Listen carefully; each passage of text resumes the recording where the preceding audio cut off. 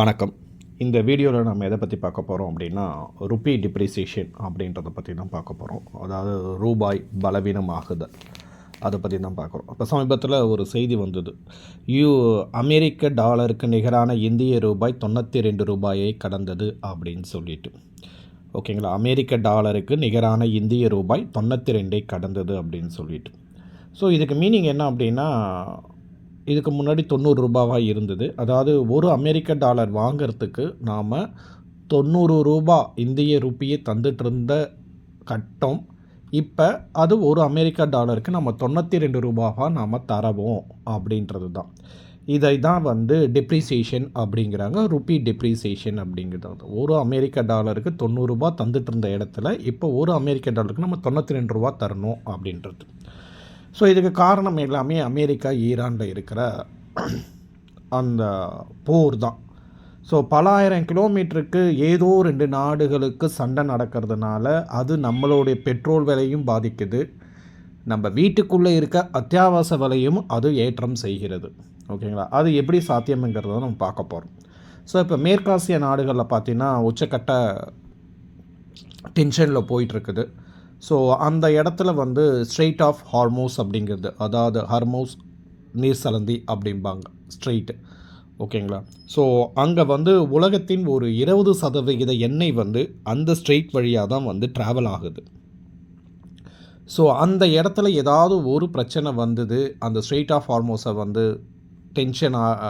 மூடிட்டாங்க அப்படின்னா ஒட்டுமொத்த குளோபல் சர்வதேச அளவில் அந்த எண்ணெய் கச்சா எண்ணெயோட பிரச்சனை பிரதிபலிக்கும் அப்படின்றது.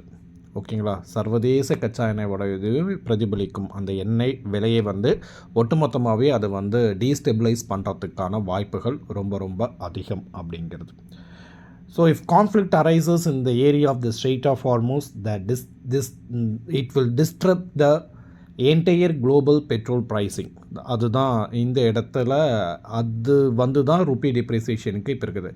நம்ம ஏற்கனவே ஒரு வீடியோவில் பார்த்துருக்கோம். பெட்ரோல் டாலர் உலகத்தில் எங்கே தான் ஆயிருந்தாலும் அந்த பெட்ரோல் அமெரிக்க டாலரால் தான் கன்வெர்ட் பண்ண முடியும் அப்படிங்கிறது.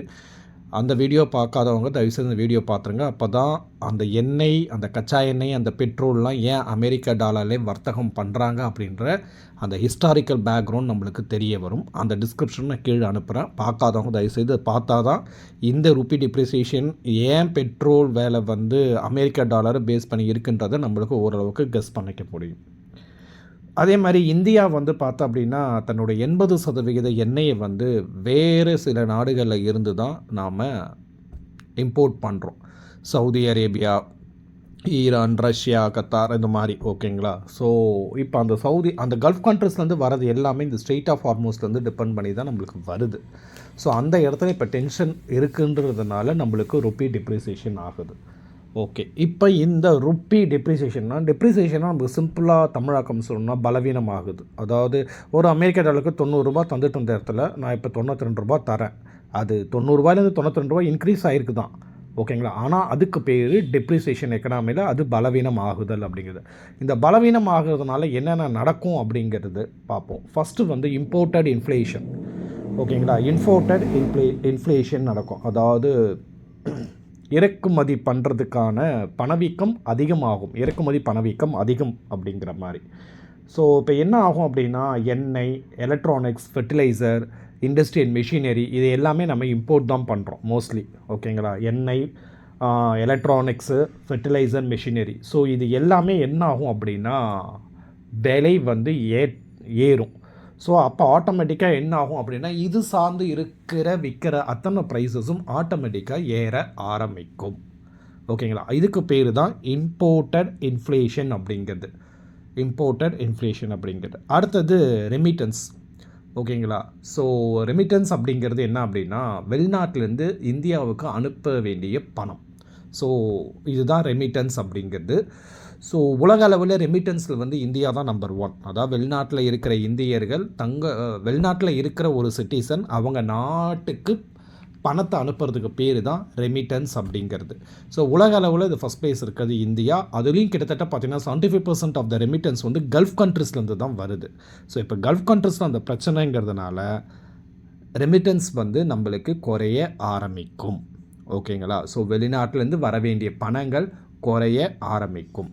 And third one, industry will get affected. தொழிற்சாலைகள் பாதிப்புக்குள்ளாகலாம். எஸ்பெஷலி ஏவியேஷன், ஏர்லைன் செக்டார் மிகப்பெரிய பாதிப்புக்குள்ளாகும்.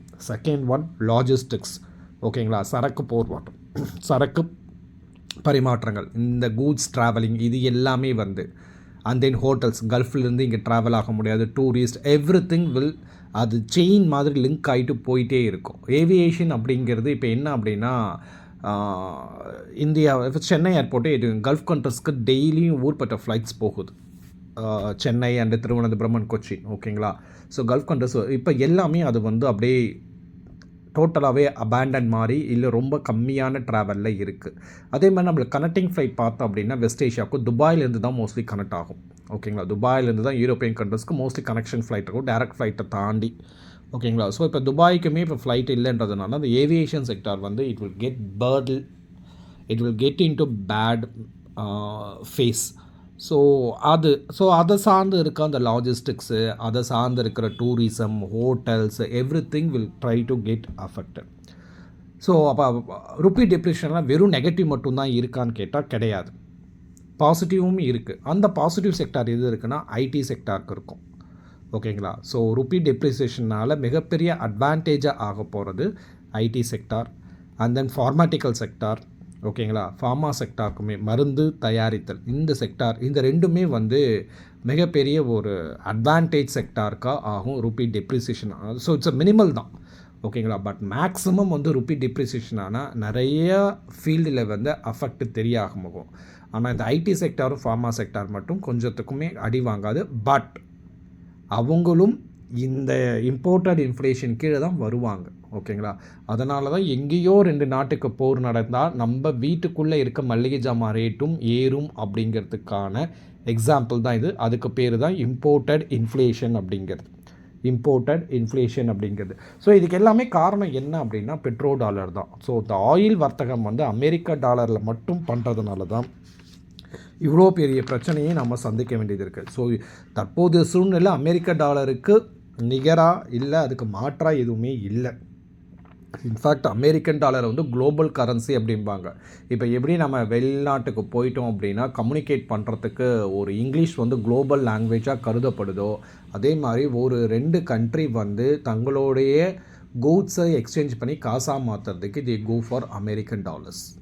சிம்பிளாக சொன்னோம். ஸோ அமெரிக்கன் டாலர்ஸை வச்சு தான் இந்த ஒட்டுமொத்த குளோபல் ட்ரேடுமே இருக்குது. அதை வச்சு தான் அமெரிக்கா தன்னுடைய நாட்டாமத்தனத்தை அழகாக பழந்து. இட் நாட் ஒன்லி அமெரிக்கா வந்து ஏதோ டிஃபென்ஸில் ரொம்ப பெருசு, டெக்னாலஜிக்கலாக ரொம்ப பெருசு, இதெல்லாம் செகண்டரி தான். நான் அது இல்லைன்னு சொல்லலை, இதெல்லாம் செகண்டரி. ப்ரைமரி அமெரிக்கன் டாலர் தான். ஓகேங்களா? ஸோ எண்ணெயை வாங்கணும் அப்படின்னா ஒரு கட்டத்தில் 1970s ஒரு கண்ட்ரி எண்ணெயை வாங்குறதுக்கு சவுதி அரேபியாவுக்கு போகிறாங்க அப்படின்னா டேரெக்டாக எண்ணெயை வாங்க முடியாது. எண்ணெயை வாங்கணும்னா நீ அமெரிக்க டாலர் வாங்கணும். ஸோ அப்போ என்ன ஆச்சு அப்படின்னா எல்லா கண்ட்ரியும் அமெரிக்க டாலரை வாங்க ஆரம்பித்தாங்க. ஓகேங்களா? ஸோ எல்லா கண்ட்ரியும் அமெரிக்க டாலரை வாங்க ஆரம்பித்ததுனால தான் இந்த எங்கே ஒரு பிரச்சனை, அந்த கல்ஃப் கண்ட்ரிஸில் பிரச்சனை இருந்தாலும் அது வந்து எல்லா கண்ட்ரியும் பாதிப்புக்குள்ளாக்குறதுக்குன்றது காரணம் இதுதான் ருபி டெப்ரிசியேஷன் அப்படிங்கிறது. தேங்க்யூ ஃபார் வாட்சிங் த வீடியோ.